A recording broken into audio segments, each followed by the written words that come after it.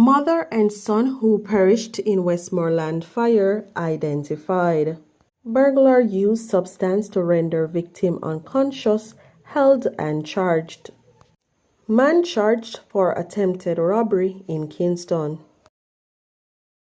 Please remember to subscribe, like, share, comment, and don't forget to hit that notification bell so you can always be updated with the latest news. Now for the news in details.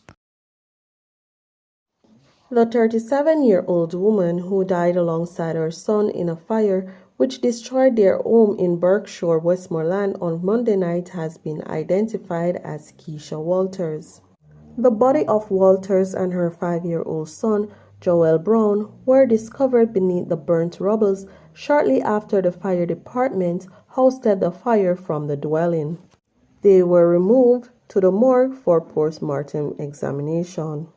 It is reported that about 10:40 p.m., residents in the community alerted the fire department and the police after fire and smoke was seen coming from a section of the dwelling. On the arrival of the firemen, the house was already engulfed in flames and they could only manage to carry out cooling down operations.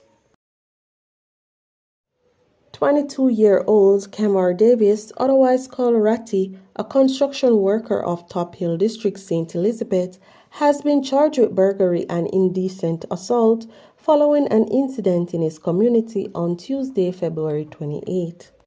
Reports are that at about 1 a.m., Davis broke into her house and passed the substance across the compliant's nose, causing her to become unconscious. The police were later summoned and it was discovered that Davis gained entry to the house by forcing a bathroom window open. David was arrested during an operation. He was positively pointed out during an identification parade and subsequently charged. His court date is being arranged. A man was charged for assault at common law following an incident on Trigger Road in Kingston on Monday, January 30th. Charged is 31-year-old Leon Lipscomb of St. George's Road in Kingston. Reports are that about 3:45 a.m., police responded to an attempt to robbery in the area. However, the culprit was not seen. Shortly after, the police were again alerted and the accused was seen hiding in bushes to the rear of the property. The accused then pulled a knife and advanced in the direction of the police when he was shot.